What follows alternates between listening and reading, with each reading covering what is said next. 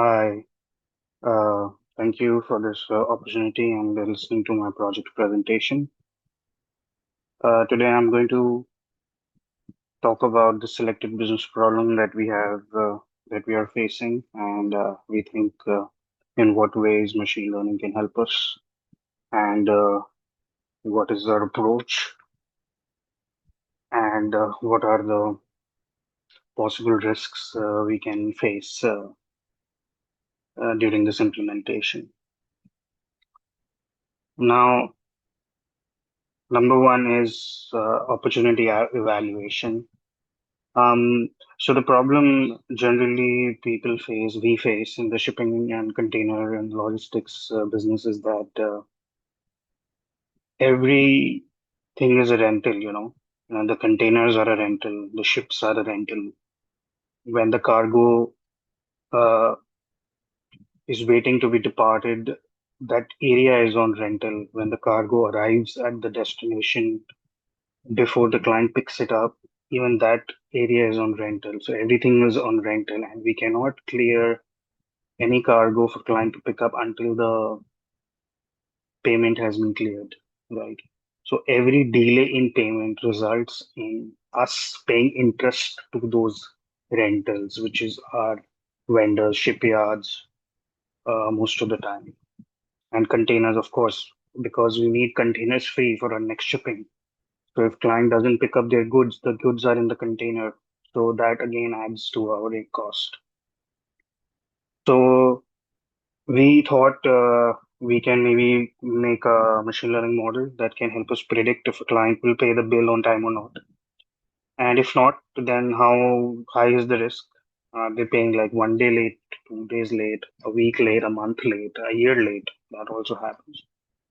Accordingly, the ML should adjust the pricing for the risk at the beginning itself. When a new purchase order is being generated, the system should be able to generate a risk profile, and the person who is creating the bill should be able to take that assessment and adjust the pricing. Now, is this a problem? Like I said, yes, we lose a ton of money as interests if clients do not pick their cargo on time, and which happens only when the bill is cleared. So, more they delay the payment, the higher the interest we pay. And currently, we have no alternative for this. Best thing we can do is follow ups on calls, which takes a lot of time for our employees who can do other work because we don't have a team who is specifically doing this follow ups because it's a waste of resource, waste of potential. Um, and some of these clients are spread all across the world. They're global players, big players, and the supervisors also change because the shipment is going from one area of the world to the another area. So supervision changes, demography changes, laws changes. It becomes a havoc to streamline this process and take look into the finer details. So we need something that can we control rather than the client payment behavior controls. Yeah. Can ML solve this? We believe so. We know that machine learning works on historical data. Luckily, we have tons of historical data, millions of rows of historical data and payment patterns. We also bucket clients into various risk categories. So it seems to be quite straightforward problem, a regression problem, I would say, or if not a classification, but definitely a regression problem. We input the parameters and get an adjusted pricing based on risk profile. We can also convert it into a classification problem where we just get a risk profile, high, low, or medium, and then we can have our own corresponding percentage variations in pricing depending on the risk. For example, if somebody is high risk, the system predicts high risk, and we can say, okay, if there is somebody high risk, you have the liberty to increase their price by 30% because we know we'll be paying a lot of interest. And we own all the data with respect to orders, demographics, payments. It is completely in our control. Client doesn't own this data. And so this is gold for us. So we can do what we want with this data. Does someone care? Yes, we care. This problem directly targets our bottom line. We can proactively take measures to counter payment delays, result in losses in trusts. We can build a dynamic pricing model which will penalize defaulters and also give incentives to diligent clients. We can scale this to all our operations worldwide if it works at few locations. And uh, assessing this performance, how it's impacting our bottom line, we can make actually a policy decision that can impact our business, our industry, um, completely. Now, moving from opportunity evaluation to the what is our business understanding as per the learned CRISP DM framework. So we can start with business understanding. So we already told you our project objective. It is to assess the risk profiles and adjust our billings accordingly. Business objective is very clear. We want to reduce our interests caused by delays in payments. That is our primary business objective with respect to this problem. Data understanding, we have a lot of data. We have around 10,000 clients globally. We have around at least 1,000 billings, at least 100 to 1,000 billings for each client. So we have millions of rows of data. And we already have a team of analysts who do a lot of exploratory data analysis and a lot of dashboardings, but it's not predictive in nature. It's more about drill down. So from that, we will do data selection, which parameters can become features, which will help us in making a model. We are also open to the idea of feature engineering because we understand we have a lot of statisticians working for us as part of the analytics team. They tell us that everything is relative. So maybe we can look things in a more relativistic way and maybe combine few features to create some unique parameters. So we are very open to do feature engineering. Now, modeling, we will talk more about our modeling approach in our next segment, which is the solution validation plan and ML system design. So I will talk more in detail about that later.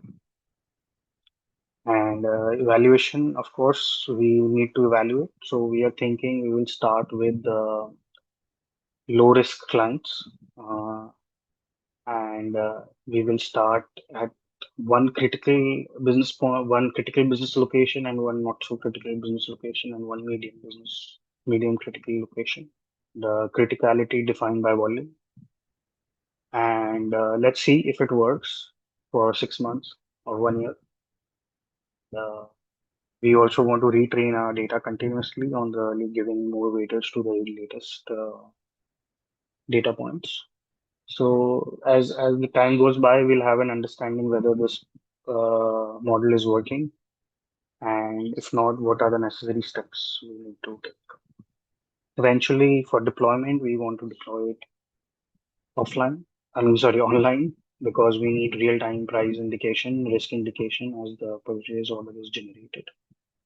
Um, Definitely, we would like to automate this process once we are confident in once we have confidence in the model.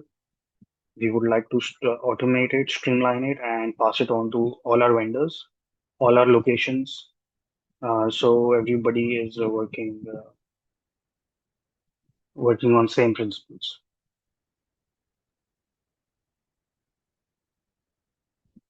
Now, moving on to our solution plan and our system design, um, we have taken up a standard machine learning procedure here, where we start by data ingestion.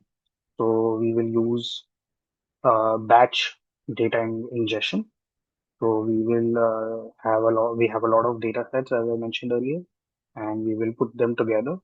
Uh, that we can stratify it on different criteria like demographics or ticket size or location, and our engineers will validate that data before giving it to the model. Um, in between, like I said earlier, we would like to do some feature engineering. So we have our analysts and statisticians working on that. We will be looking into which features can be combined, which new features can be generated using the existing parameters, and if we need to bring any relativity into the data. So both this data, raw data, cleaned data, and our new features, we can put them in the model registry where our ML ops team can work on them. And we will continue to track the model performance by both model training and the field evaluation, deployment evaluation. And we will see which is the best model for this task. And we will choose the best model. We can maybe combine one of the few best models and do an ensemble.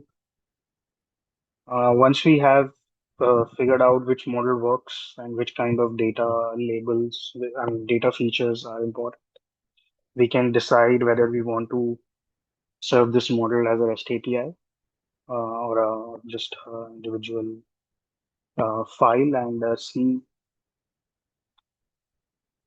and definitely do real-time prediction based on this model. We we are thinking how we can do batch prediction also, but right now priority is real-time.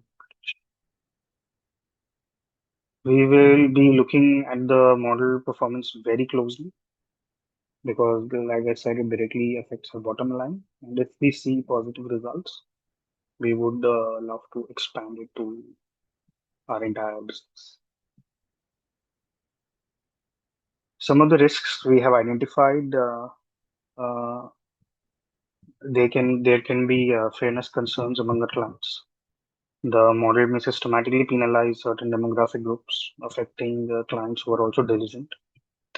And so we have to be very, very careful regarding that because we don't want to lose our clients. We have long-standing relationships.